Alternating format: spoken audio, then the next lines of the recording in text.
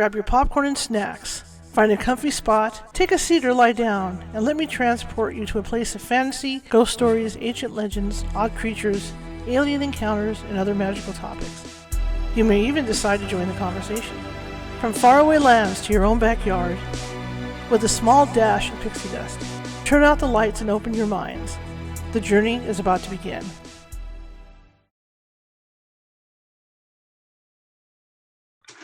Well, hey guys, welcome to the show tonight. I've got a great guest, Roger Spurr, who's going to be talking about mud fossils. I was looking into this and I was looking into some of his other prior interviews, and it's a rather fascinating theory that he has, and I can't wait to talk to him about it. And I think I agree with Roger in that, anything that's new in the scientific world kind of gets poo-pooed on. I mean, as a ghost hunter, it happens to me all the time, because people just don't want to have those open minds to look at things. And so I think in a case of what Roger Spurr has with the mud fossils, I think it's a similar situation, and that's why that's why I believe that it needs to be brought out more. I honestly believe that. So that's why Roger's on. My name is Charlotte. I'm going to be your host for the next hour or so. And we are the California Haunts Paranormal Investigation Team based out of Sacramento. We're 35 strong up and down the state of California, Oregon, Washington, Nevada, Hawaii, and other places. And you can find us at www.californiahaunts.org. And the radio show you can find at www.californiahauntsradio.com. And that has a link. When you go in there, you can go back to all our shows for the past 2 years and see what we've done. In the meantime, without further ado, Roger Spurr, are you here? I am here. Can you hear me all right? I hear you fine, sir. Welcome to the show. Well, thank you, and welcome to you. I'm glad you're having me, Charlotte. Thank you. Tell me a little bit about yourself, sir.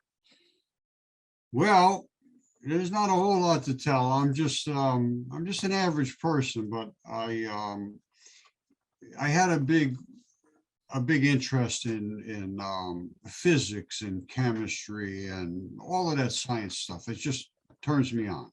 Mm-hmm.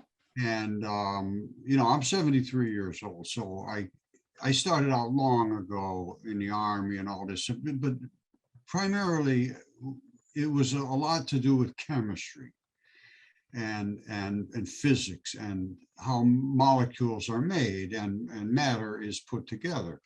And about 10 years ago or so, I discovered some things on my property that looked like body parts. I mean, they looked exactly identical to body parts.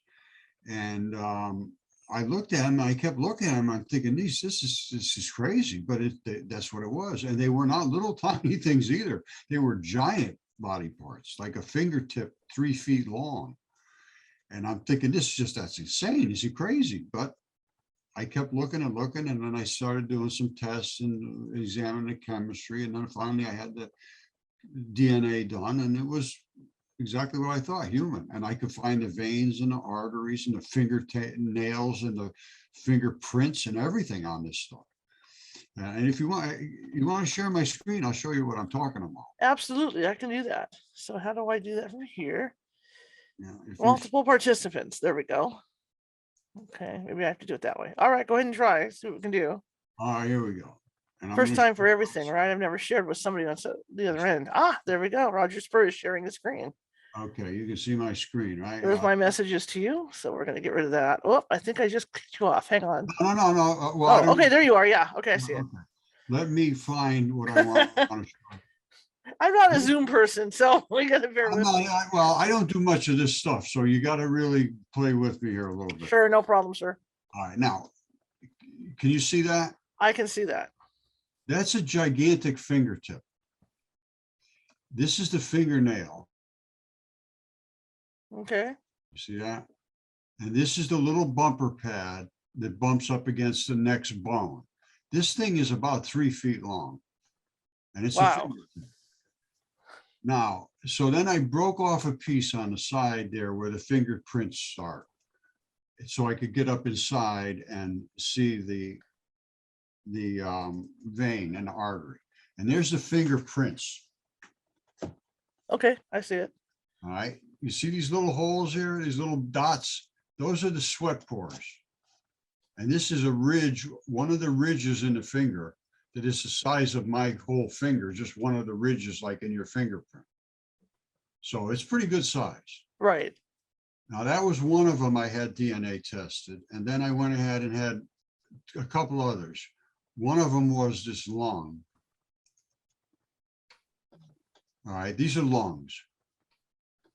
Now the one on the right here is the one I had DNA certified. Just the other one, there's no question what it is. It's a lung. You know, there's the alveoli. Blood literally ran out of this side here, and that's the blood that came out. How can that be though if it's a rock? I mean, is it because it was preserved in such a way that the tissue inside stayed soft? Exactly. Well, here's what happened. I realized there's no question these are body parts, and they've been CAT scan, DNA tested, all that stuff. So I started to do the chemistry, and the chemistry comes down to something called nucleophilic substitution. And the chemists still don't understand it yet. They have done this nucleophilic substitution in the laboratory to make molecules that they want to design. Okay, and what they do is they introduce different chemicals into each other, and they create these molecules. Well, your body does this all day long. You die in like 5 minutes if you don't have oxygen, if you don't have nutrients, if you don't have glucose, if you don't have all of those things, your body is moving around in you. So that's called nucleophilic substitution. It brings in the good stuff and takes out the trash all day long. And if it doesn't do that in like 4 minutes or so, you die if it doesn't take out the carbon dioxide and bring in the oxygen. And the same thing happens to your body in every respect. Your skin, your hair, your eyes, your every bit of you is continuously dying and being rebuilt all day long. So what happens is when you die, literally die, that transaction stops. It's called transition metal replacements. Okay. And the transition metals bring in all kinds of new chemistry to keep you alive. When you die, the transition metals try to come in with the new stuff, and it says, hey, I can't bring out the old stuff. And it says, all right, don't worry, I'll bring in some chemistry to combine with that to stabilize it. But it only happens in salty waters. So in a flood of salt waters, and eventually that meat, which is everything basically is meat in this, even the bones is biology in that form, it'll invade and stabilize, and it'll look like stone, but it's actually the fleshy parts. Like even this, let me show you how bones, I got some bones here. All right, you see this? That's a bone. Okay. Now it's turned into mud looking bone, but this cavity is a bone forum, it's called. And the blood is seeping out of the hole in the bone. And underneath that is the clotting fabric, which is in us. You don't see it in us because the scab starts to take over and incorporate itself. But we can see the clotting fiber. You see the scab, right? You see the clotting fiber. Mm-hmm. And then below the clotting fiber is the holes that bled out. That's what the black hole is right there, is the vein. And this one here lets the red blood out, is the artery. So all of this stuff is in these rocks, but they are still the veins and the arteries. And that process, when they dry out, the rocks, I mean, the body parts become rocks, literally rocks, because now they've become stabilized in that salty water, soaking for a long time, years probably. Mm-hmm. Now, something else that nobody's aware of.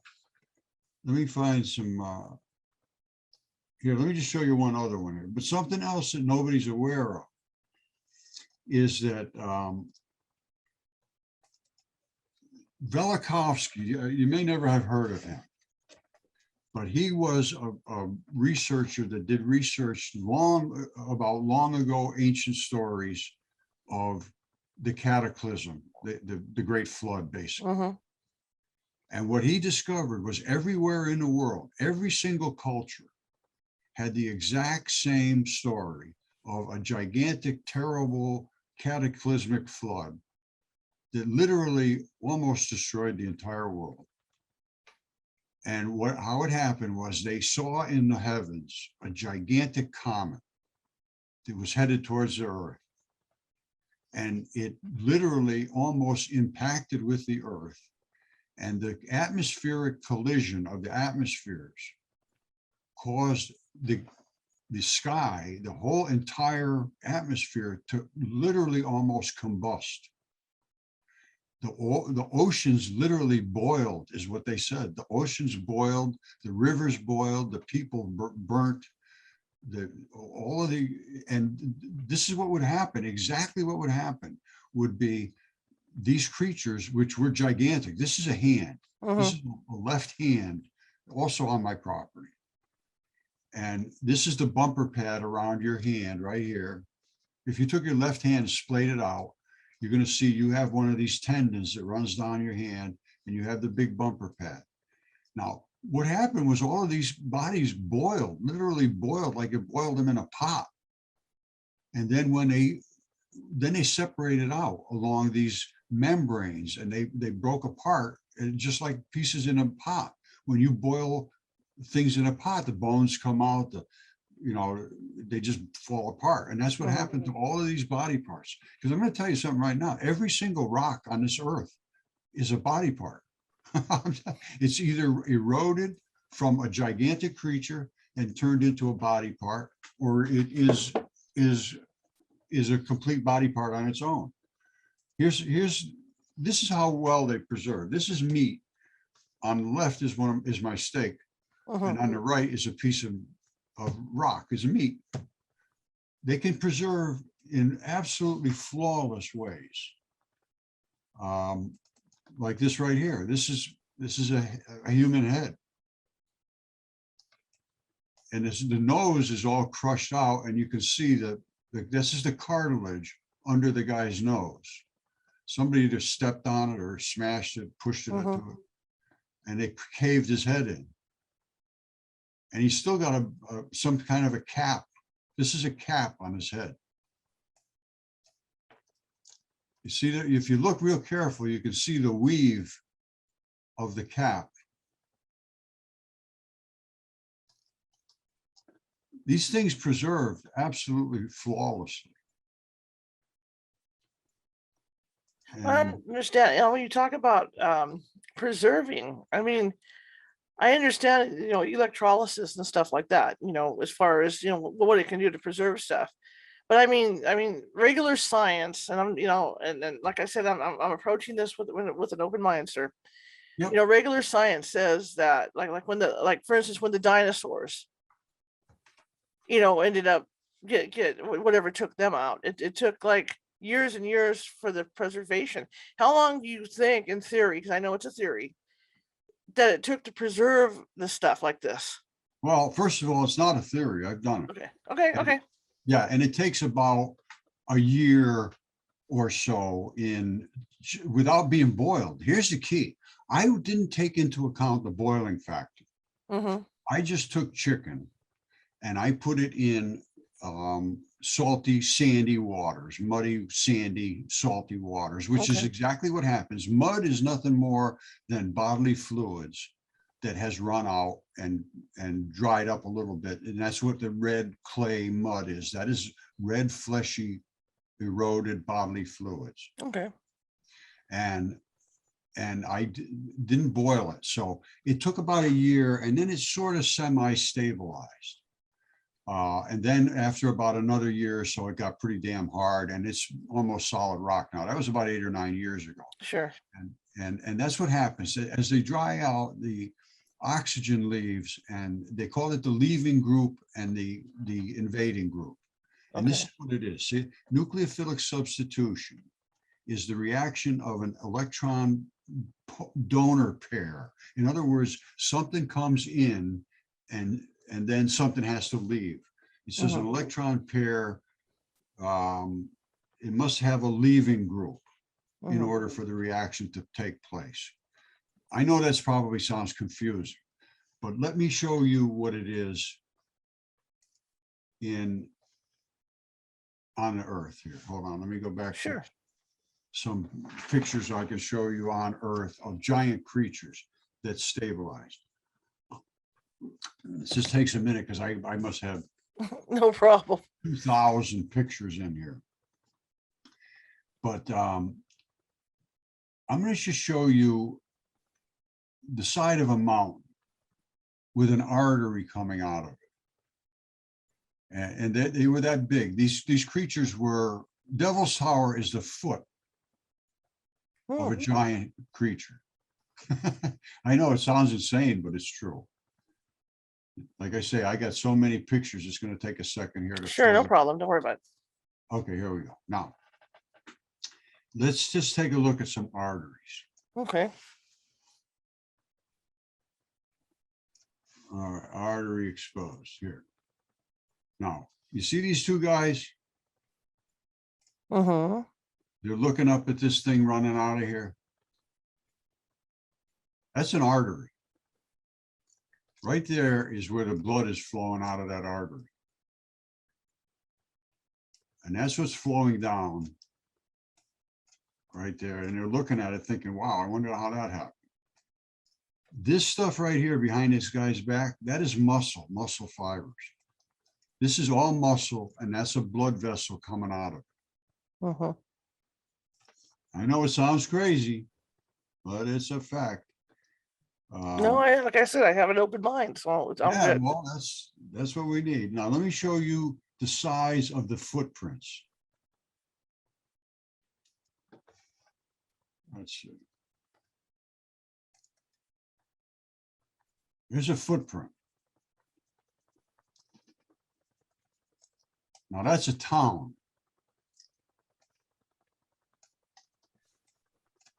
And that's the size of these creatures' feet that were here when God had to destroy them and flood the earth, because they just took over. They just went crazy. Mm-hmm. Here's a foot from one that drowned. There's a foot in the desert. Now you see all this red dust all around the bottom? Right. All that is blood cells and red eroded flesh. This is a foot, and the front of the foot is eroded off. But I mean, if you can see, do you see the foot? I can see the foot, and I can also see it right at the very top where there's a connector bone. Yeah, exactly. Yeah. Okay. This one here eroded and in an area. There's all different areas on Earth, and there was places where the water pooled up and collected certain types of minerals and metals in there that created opals. Let's take the opals. Everybody loves opals. Sure. Now let me show you what can happen with an opal. And like I say, there was different areas in different places. Let me find the opals. Hold on. Let's see.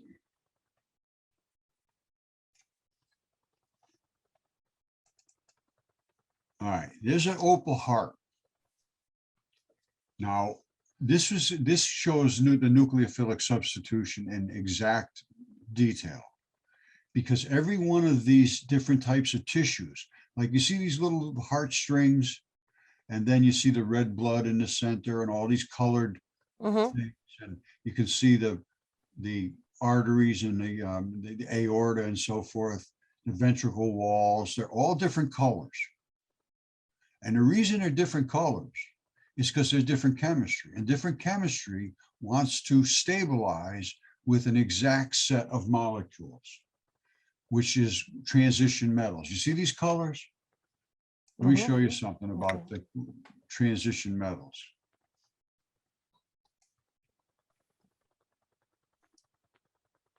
This is what nobody understands this. Literally nobody in the world understands it because they just like you're saying, we've always been told this or that, which is just not true. Nothing we've been told is true. Really, literally nothing. Not a single word that I can find in academia is correct. Nothing.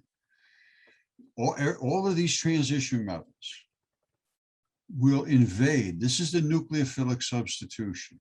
You see what it's saying? Transition metals, well, I don't want to go through all this. It's a little too much for most people. But all of these different colors cause that heart to stabilize as an opal.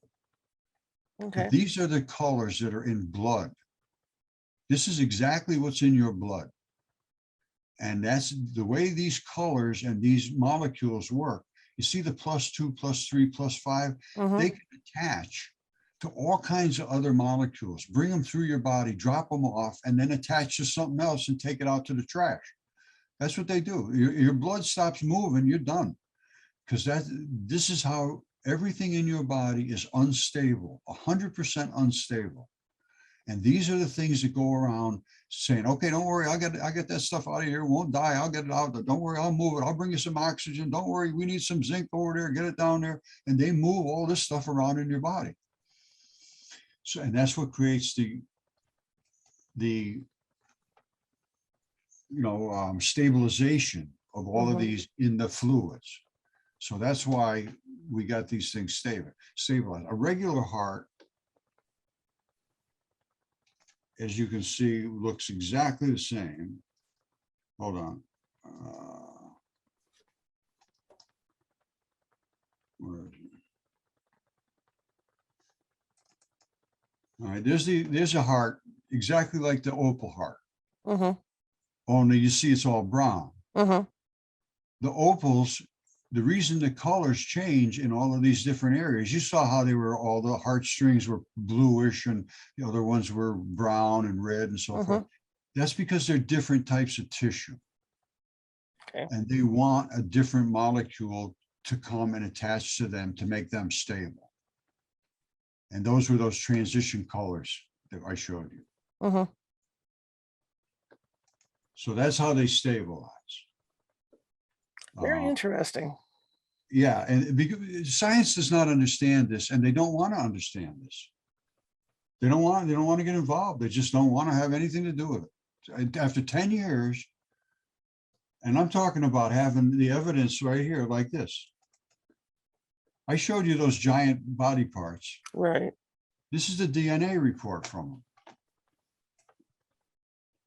All right, this is from 2015. And I had 3 samples done. And this was expensive.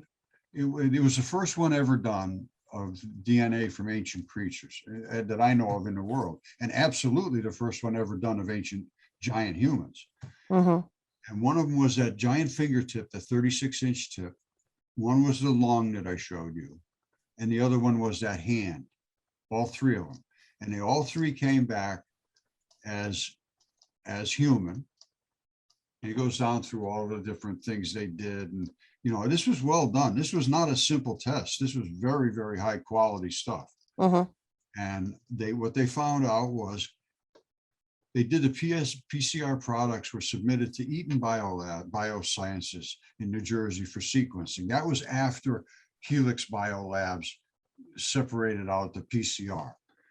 And the excellent quality DNA sequences were obtained. Excellent quality. I take it right out of the blood. I sent them almost literally blood. So this is not some swab off of a surface that I contaminated. Hell no, absolutely not. And it came back Homo sapien, mitochondria, cytochrome G, B, and D loop. And it's a certified test. This is no joke. Now, my creatures were big, right? But they weren't big compared to what's on the earth. You know what's on the earth. You saw the dragons, you saw all the other stuff. Well, yeah, and then I've been thinking, about that cave that was supposedly found up in the Grand Canyon too. The giant cave where they found the bones and everything, and then miraculously all that disappeared. Yeah, well, all that stuff is like amoebas. That's like bacteria Right. compared to Compared what to I'm talking this. Right. about. It's almost, it's the creatures that I'm showing you would not even know that stuff existed. Right. And it would not even know a T-Rex existed. It would think a T-Rex was an amoeba. Let me show you something that is a mind blower extraordinaire. There's a thing called interstitium. I discovered it, and I discovered it in my mud fossils. Mm-hmm. I'll show you that. Let me just prove it to you right now. This is a brand new science. Nobody understands it. Okay.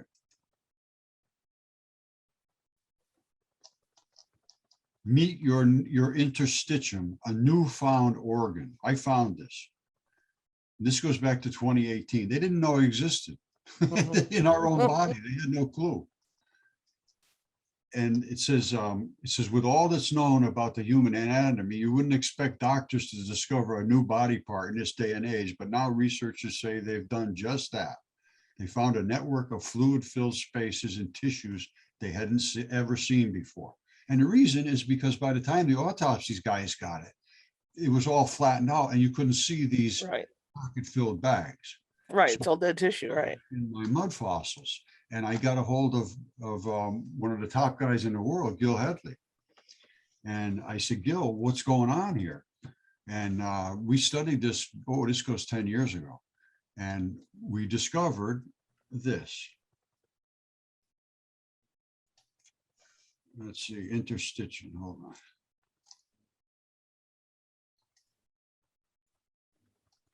All right, here it is. This is what I could see in my mud fossils was this, because mine weren't collapsed and flattened out. Mm-hmm. These big fluid filled, see this fluid filled spaces? This is skin or mucosa, which is membrane.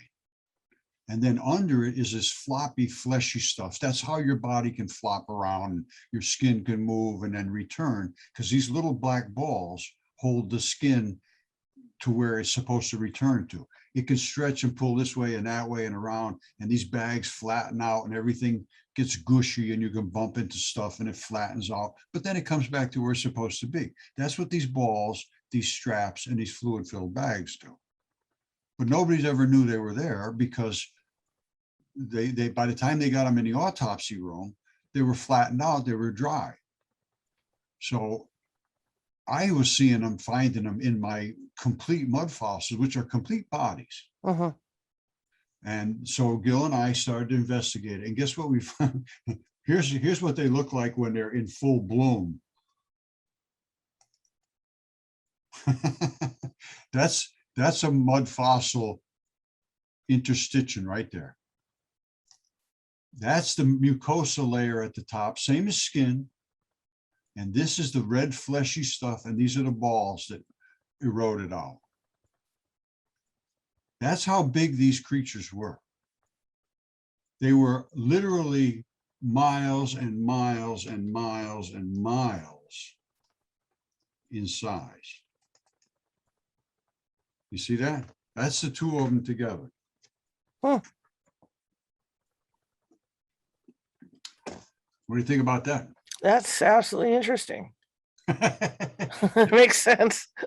Yeah, that is very interesting. Now, that you can imagine this in us, you can't hardly see this with a microscope. And all of these balls are everywhere in your body. Let me find the tendon balls. Hold on.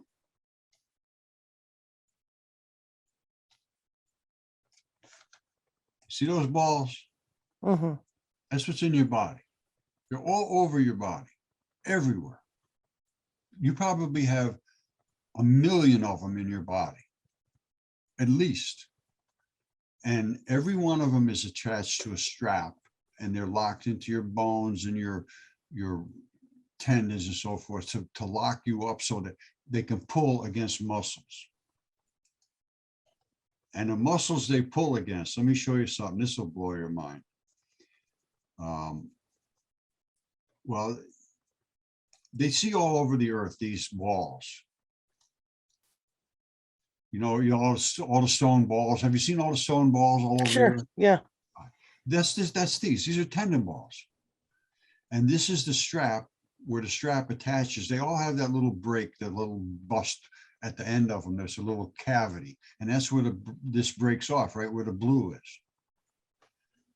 And they can come in sizes that are just absolutely over the edge. Here, I'm going to show you some right here. Let's just run down a bunch of them. Sure.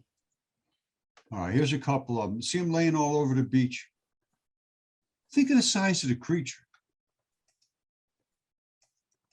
Here's the way they come. See, I told you they break off like that. Mm-hmm. And they have these like eggshell coat. Some of them are this way. Some of them have, well, you'll see them. You see, I have all the different types here. There's some more there. There's some inside of a wall. That's similar to what I showed you in the ocean there. There's some that are stuck in a wall. This is all flesh. That's inside of flesh. This is not mud, just dirt. That's flesh. The earth is 100% biological, 100%. There's not a single molecule on this earth that didn't come from biology. That's my claim, and it's pretty solid now. These are tendon balls. They're everywhere. Sometimes they get into where there's some transition metals, and then they get colors in them. See, remember I showed you before the transition metals? Sometimes they're made like that. That is what's called chert and flint. And then that's the hole in the center. This is tough. This is tough, scrappy. These things are tough, tough, tough. And sometimes they break off, the tops break off, they split like that. Sometimes they have two stalks coming up instead of one. Some of them have one, some of them have two. This is the kind that they made plates out of in China and Japan. See these little blocks in here? That's what is inside some of these. They're all different, and it depends on where it was. Chaco Canyon is nothing but a deteriorated tendon ball too. They're that big. They're bigger than that. That's small, actually. Whoops.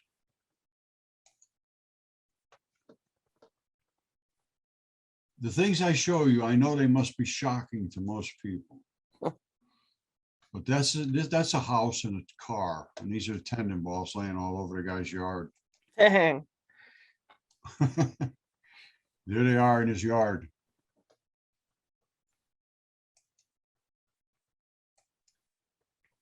That's an eyeball. I thought at first that was a stone tendon ball, but it's not. It's an eyeball. Now, how do you know it's an eyeball then? Because of the pinch to see the edges where it comes down. Sure. And you see how many layers of, look way up here. You see all the lens layers? That doesn't happen in the tendon balls. This is an eyeball. I believe it's an eyeball. It could be of a dragon. I'm not sure, but it's a giant eyeball. The stone balls don't do that. This is just a giant stone ball that's all leaking out with sand. Some of them have like sand inside of them, and they're a little bit, I think they might be able to be a little mushy inside of your body, so that like this style right here has fabric and remember the kids playing in that one in the chunks I said? That's these right here. That's this kind. That looks more like, that looks more like skin layers to me. You know what I mean? Looks more like what? Like skin layers, like when you look at the different layers of skin. Well, because of the pockets. Very similar. They're cellular looking structure, but it gives the integrity to the stone ball. Right. It could probably flex a little bit and still stay together. That's I got this from another buddy of mine. This is one of those stone balls. They didn't put these in as steps. This is what's inside of these stone balls. You know what I mean? They didn't carve these as steps. I just showed you. And here's another one that's a smaller one, but it's got the same architecture. You see it? Isn't that amazing? Makes you think. It's all pieces of the puzzle. That one there is, these are ligaments. When you see a little one like that attached to another one, that's a ligament. Somebody cut it down the center. They had machines here. Do you know that? They had high-tech equipment here. I can prove that. No question whatsoever. You want to see? Sure. They had equipment. They could do anything they wanted here. And then where it came from was out of the sky. Hold on a second.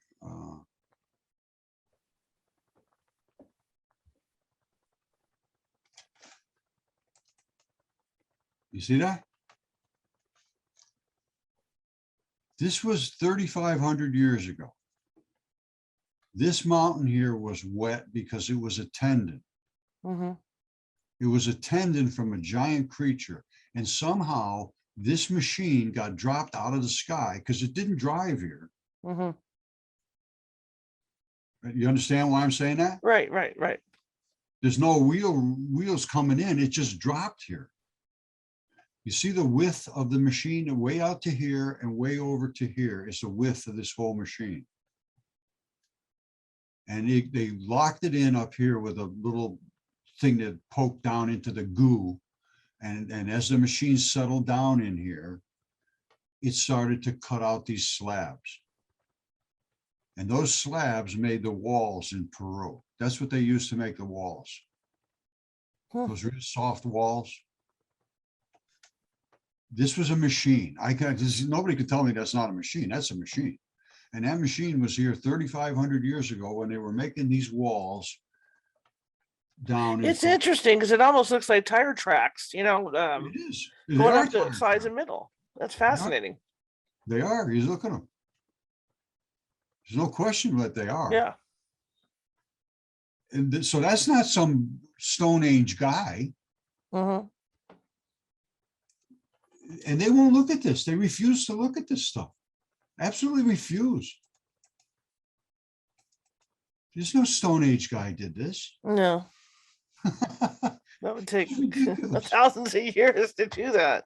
It's ridiculous that they say, and the only way this thing could have got here was it dropped from the sky. Yeah. Nobody drove that there. It got dropped out of the sky. They had the Sky Brothers, the Sky Brothers brought this stuff. Here's another one over in Bulgaria, I think. Same machine. Huh. And they're saying, what the hell is going on? And here's the walls. Let me show you tendon wall bumps here. Everybody knows about these walls, right? Everybody knows about the walls. Mm-hmm. Well, those were the slabs they were cutting from that machine. And this one here still had a piece of bone in it. You see it? That red bone, red blood and bone is stuck in this piece right here. That was, usually they didn't use the junk. They used the good stuff, the good tendon, which is up in here. See up in the back here? Right. It's nice and clean. This is the kind that they wanted to use. But then they ran into some crap. They use this nasty stuff and it's all eroded and breaking apart. And I don't know why they used it. This must have been the bad end of town or something. You see all these up here with the bumps on them? Right. You know what those bumps are? You see those little bumps on them? No, what are the bumps? The bumps are from where the tendons were locked in place. I'll show you. Makes sense. Okay. These are tendon wall bumps. See it? These are the real good tendons. Mm-hmm. There was bad areas in the tendons, and then there was good areas in the tendons. The best tendon was the tendon mats, and the tendon mats had these bumps sticking out of them. And those bumps were the straps that held them down. Okay. This is a wall they built. It looks to me like this was a test wall to figure out the best way to use these tendons. And this one here, you see this right here? That little piece right there? Mm-hmm. That's a broken strap, and you can see the anatomical portion inside. That's where it fed the blood into the ball that was underneath. There was a ball under there. Remember I showed you the straps and the balls? Mm-hmm.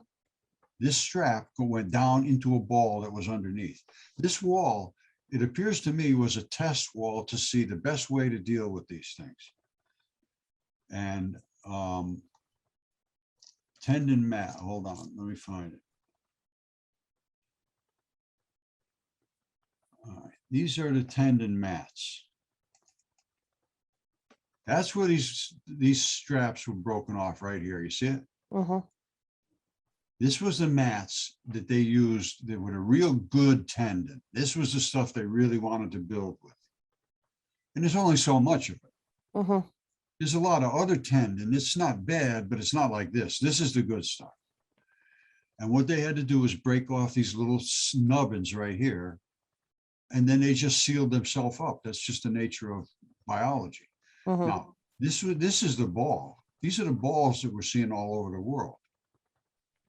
And they come up through that strap and attach to the tendon. That way there, that ball was supposed to be locked in down here. You see here? Mm-hmm. And it's pulled out. That's an injury. That hurts like hell. I've had it done. Very painful when you pull a ball out of its socket. So that's what we're looking at here. And again, this is macro scale. And let me show you what it looks like in macro.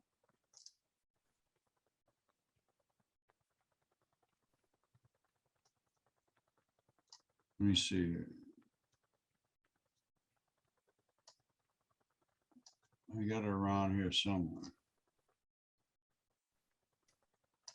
Well, here's some other ones that are tendons. See these little tendons here? These in your body, you can hardly see them. That's what they look like on the earth from creatures' bodies. Hmm. This is a breakdown. So from bigger to next to next to next. This is right here is these patterns. And then inside those patterns is more little bitty ones. And inside those little bitty ones is more little bitty ones. And inside those little bitty ones is more little bitty ones. And they just keep coming down to where they're just little fibers.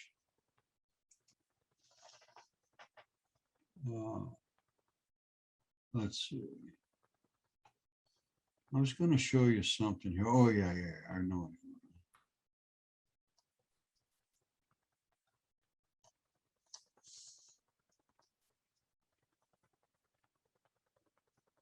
Here it is.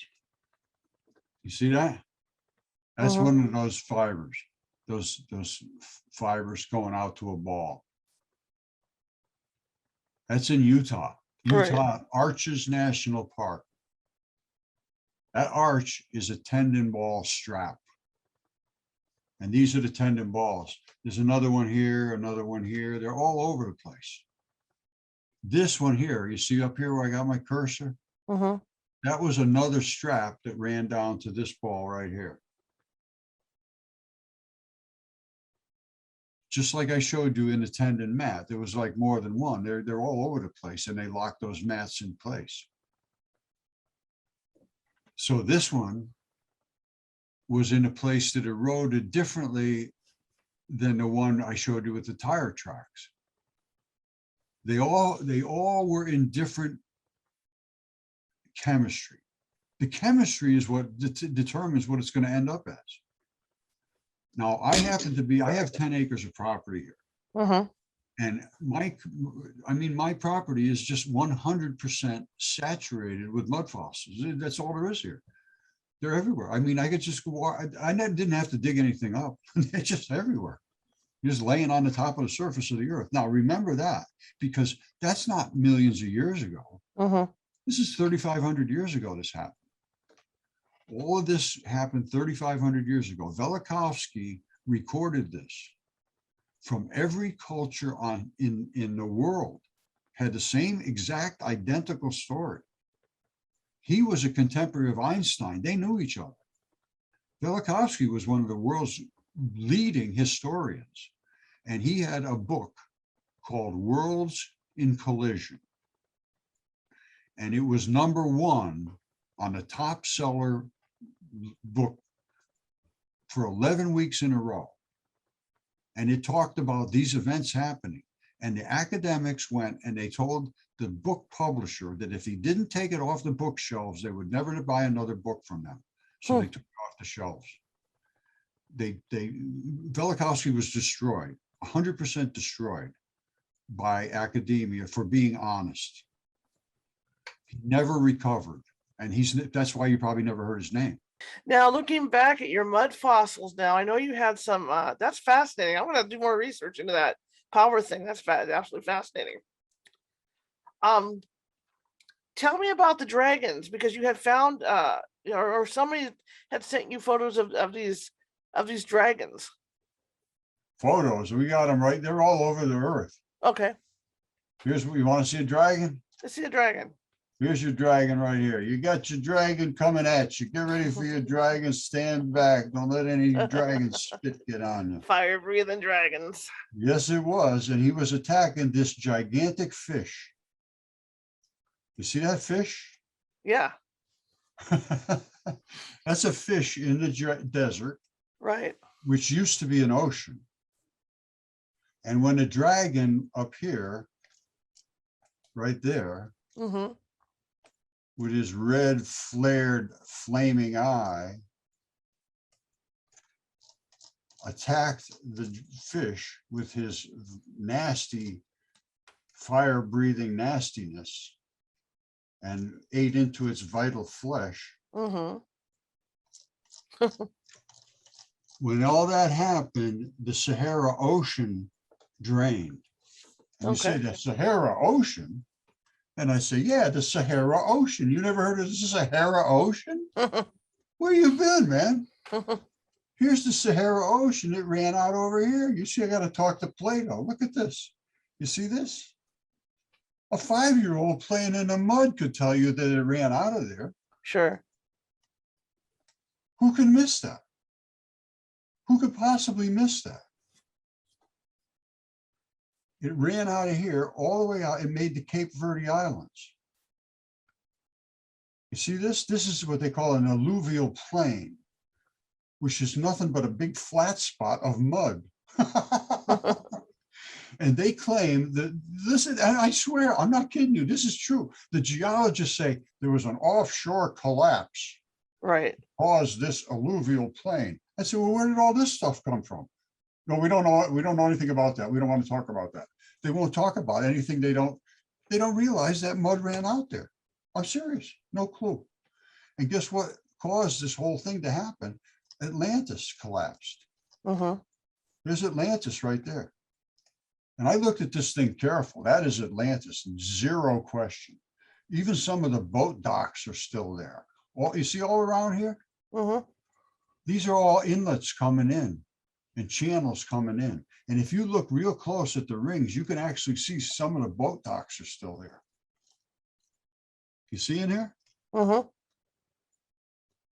If you get right down close to them, you see them where they're coming in? Interesting. Yeah. You see them? Look. Yeah. These are, I think these are still buildings there, maybe. I don't know. These are all where, these are channels coming in, and these are the little sub channels going up to their docks. And this is exactly where Atlantis was supposed to be, because it was right outside the straits. Sure. And you say straits, well, there's no straits here. The straits are supposed to be up here in the Straits of Gibraltar, Roger. What are you talking about straits? Right. And I say, well, Charlotte, you didn't look close enough, did you? Because Atlantis owned the Sahara Ocean because they had their own straits. And it was right here. They owned the ocean. It was theirs. That's why they were so rich. They owned that ocean. And then it collapsed. And then it all drained out right through here. This is where it drained, right around their straits. As Atlantis collapsed, it all ran out. And that's exactly what Plato said. Plato said they will never talk of mud again. Can you imagine? Whew. Now, there's also a nice map about this. It shows Atlantis. It shows everything. And it shows, the dragon. We didn't get to the dragon. Because the dragon's throat is cut. Anyway, the dragon spit all that stuff on the fish, tried to kill him. There was some battle going on. This is Typhon, it appears. Typhon was, do you know who Typhon was? No, Let enlighten me me. all right. Typhon was the offspring of Hera. That's right, Greek mythology. Right. Okay. Hera was the wife of Zeus. And she was pissed off at Zeus for creating Athena, thinking Athena out of his forehead. She came out of his forehead completely armored and ready to do battle. And all he did was think her into existence. And Hera got really pissed off and created Typhon. And Typhon was the dragon right here. And Typhon ran all the way from his head up here, all the way back here. This is his tail. These are still dragon tail scales over his tail here. Huh. And the blood is all the bloody transition metals are running out of the tail right there as well. And if you go, and it actually flutes way back over here, this fluty stuff. You go back up here, this is legs. This is the body. That's the tail. It was an avian creature because it had a cloaca. A cloaca means that it poops in all together in one spot. And here's the poop spot right here. And the people are living here because it's fertilizer. You see that? Poop is the best fertilizer you can get. And Yes. that's where the poop is coming out of this dragon. That is dragon poop right there. And that's why they're living there, because it's very fertile. Now, let's go up to his neck. Here's his head, where he spit out all the nasty stuff. This is the fluty, flashy stuff you see on dragons over there in the China parades, and they run around and they snake back and forth, this big long dragon neck. Now, all of this stuff is fluid that ran out from the dead, decaying dragon body. And these are the dragon scales that run down his neck. All right. This is the neck, the throat part of the neck. All right. So all the way down this throat was where he swallowed people and things like that. And then out here was his armor. There's where the armor is. You see it? It runs all the way down his body. I mean, obviously he's coated with armor all the way down. However, right here, Zeus cut his throat with his great and mighty sword. And that's where he bled out in the desert. That is a gash. And this is a bleed out in the desert right here. And that's what it says. He cut his throat with his great and mighty sword. And that's all blood. This is all bloody tissue. And the throat keeps going down. Now, he hit him a couple other spots too. He whacked him one time here. There's a good gash right there. You see it? And then there's a couple other nicks down here. There's a little nick there. Another nick over here. There was another nick over here.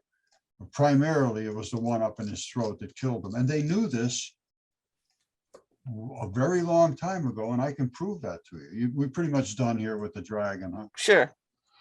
If you want, you can look at the one on the east coast of the United States. It runs all the entire up the east coast.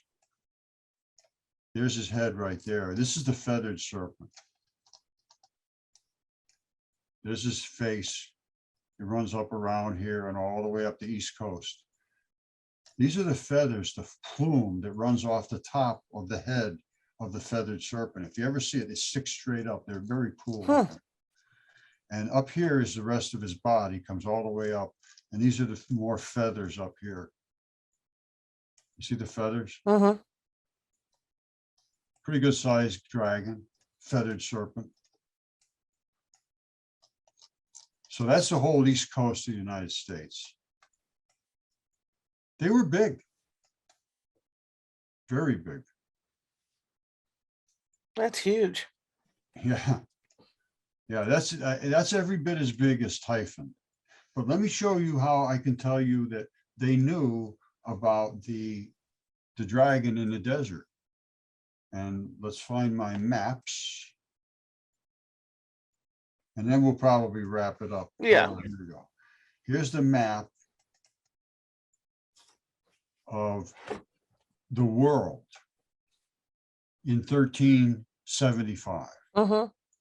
Now, this is, let's come over to, there's Spain. There's the Straits of Gibraltar. Mm-hmm. There's North Africa where we just were. There's the dragon. They knew the dragon was there. Wow. Okay. And they knew his throat was cut. Look, you see it? His throat was cut. Mm-hmm. They knew this. They knew all this stuff. And this is all written about. I don't know, like multi bones. In other words, lots of bones. And I don't know. Now, this is Atlantis right here. See it? There's Atlantis. They owned the ocean when it was an ocean. And here's the boats coming in to Atlantis. It's just below the dragon's throat, just exactly what I just showed you. So this was not unknown. This is just refused. This is information that is fully realistic. They even knew the Red Sea was here. Look, there's the Red Sea. Mm-hmm.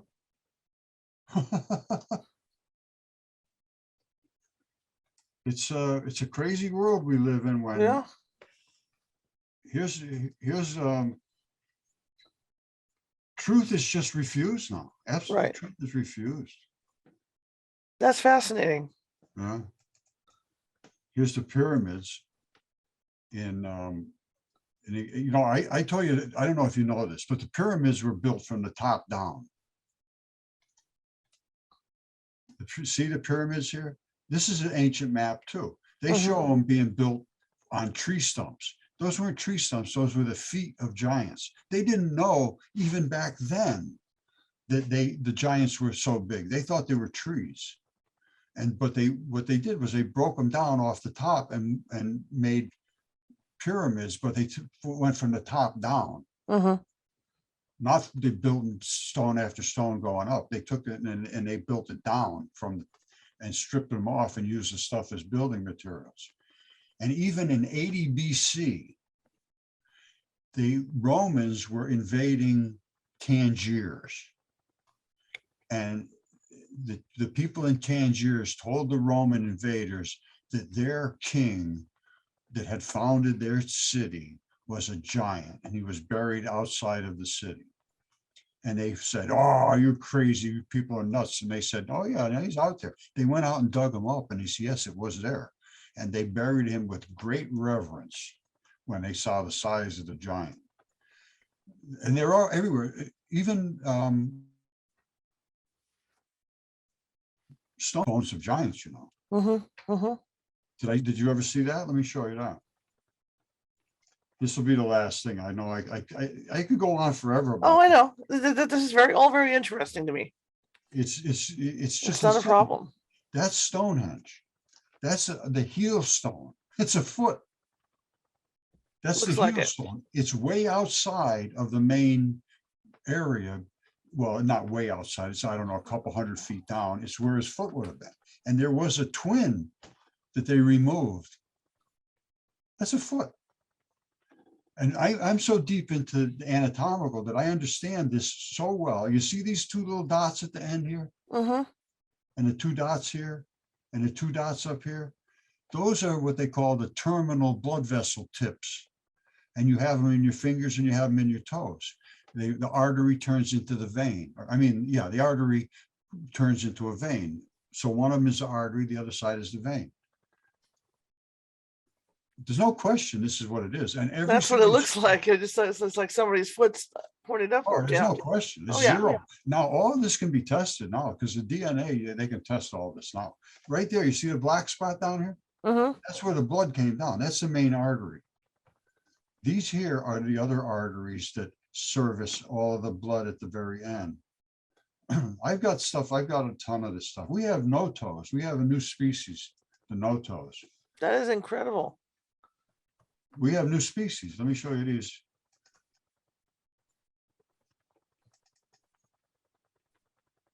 Let's see.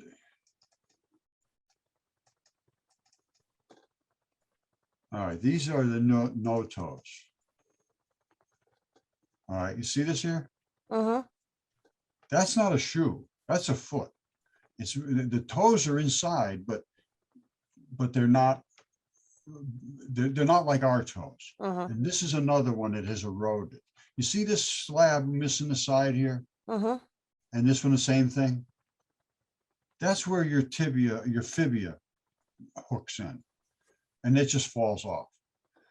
The main bone right here and right here is where your main bone comes down.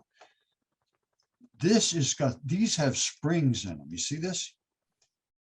These have springs instead of tendons. Mm-hmm.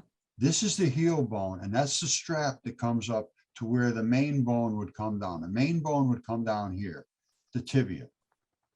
This strap runs up to the main bone, just like it does here. You see it? Mm-hmm. But this is our feet. This has springs. This was a cyborg.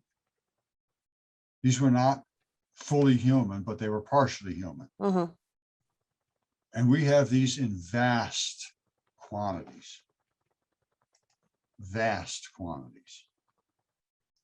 This has been fascinating. I mean, it's like I'll never look at rocks the same way No, ever you again. won't. No, you won't. And I won't look at Greek mythology the same way either anymore. It's all true. It was all true. Yeah. It was all exactly what they said true. I have studied it so deeply, and I know I have to come to the conclusion that Zeus was the father of men and gods. He was the top god. And his daughters, the daughters of Zeus, were the muses. And the muses dictated the story of humanity to Hesiod on Mount Hermon. Just one day they showed up and they said, sit down, you're going to write this story of humanity. He says, I can't write. They said, oh yeah, you can. Sit down and write. And he wrote like 60 something books. And it was called the Theogony. That was the first book. You should read that, the Theogony by Hesiod. I will do that. And read Metamorphosis by Ovid. Metamorphosis says in its opening statements that I intend to speak of transformations of creatures into the landscape. Mm-hmm.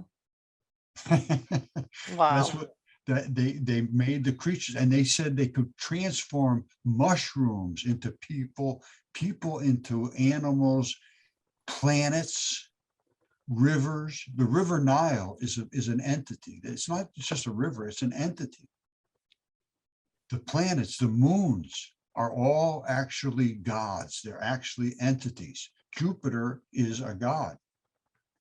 And it's just factual. They're all creatures. From where they came, je ne sais pas. Yeah. But they're here. Very interesting. Roger, thank you so much for coming on. I have learned a lot. Like I said, I will never look at ancient history the same again, ever, because of It this. would be hard to. Let me show you one. Let me just show you one last foot. Sure, go ahead, sir. Let me see if it was back here. Oops, maybe I can't get back to it. Hold on. Yeah, I can. Here it is. This is the latest from Tish. That's one of those feet. Whoa. It has all the springs built into it. And it goes right up the leg. And you see this? This is tendinous material. And all these pins are these, I don't know what, these are the things they made it out of. Mm-hmm. Interesting. Crazy times. That's crazy. But There's thank a foot you. for you. Oh yeah, there it is. That Devil's Tower. The wrinkle zone at the top is where tendons are cut. They wrinkle because they're always under tension. Mm-hmm. And they make a flat, abrupt transition and a wrinkle zone. All right, my friend. All right, sir. Thank you so much. I Well, really it's been a appreciate you pleasure. coming I'm on. glad you took the time to pay attention to this because so few Absolutely. people are. I will never look at stuff the same again when I'm All out right, make hiking and sure stuff. make sure everybody that's been watching this, and I thank everyone that has been watching. I thank you, Charlotte. It's been very comforting to know that at least some people are paying attention. And you have to Absolutely. speak to other people about it. You have to stand up, even if your voice shakes a little bit. Gotcha. Just say it. Just say, look, this is real. You people are the ones that are in mythology. You people are the ones that are walking in circles. Mm-hmm. And they will, it won't be an easy transition, but if you don't start speaking up, you know, science changes one funeral at a time. I don't want to die before people understand this. Right. And I want to save the planet with the other stuff that I showed you with the light research. Mm-hmm. Anybody that can help, please help. Mm-hmm. All right, I Absolutely. love you. All right, sir. Have a good rest of the day. And you too. Thanks, Charlotte. Okay. Bye-bye, Roger. Bye, bye now. Okay, guys. That was fascinating. I learned stuff, and I hope you learned stuff as well. Let me blow myself up here. There we go. I can see it. There I am. I want to thank Roger for coming on. I know, like I said, I've never, I'm not going to look at Greek mythology or anything like that the same again. And that's what makes you wonder about stuff like this. And that's why people should have open minds when they view stuff like this. Anyway, if you like the show, share it with 5 friends. If you didn't like the show, share it with 5 of your enemies. That's how we share things here. We are a nonprofit, and everything for this show comes out of my pocket, internet, supplies, whatever. And if you could find it in your heart to donate a little bit to us at paypal.me/California Haunts, I'd appreciate it. The other issue we have is YouTube. We need a certain number of YouTube subscribers in order to get a dedicated URL for our channel. Because if you try to find us right now, you're not going to find us. I don't care how much you try, how much you beg, how much you plead, how much you Google, it's not going to happen. So what you got to do is you have to go to our website. That's www.californiahauntsradio.com and click on the video there. And if you do that, you'll be taken to our YouTube channel where you can see all of our videos for the last year.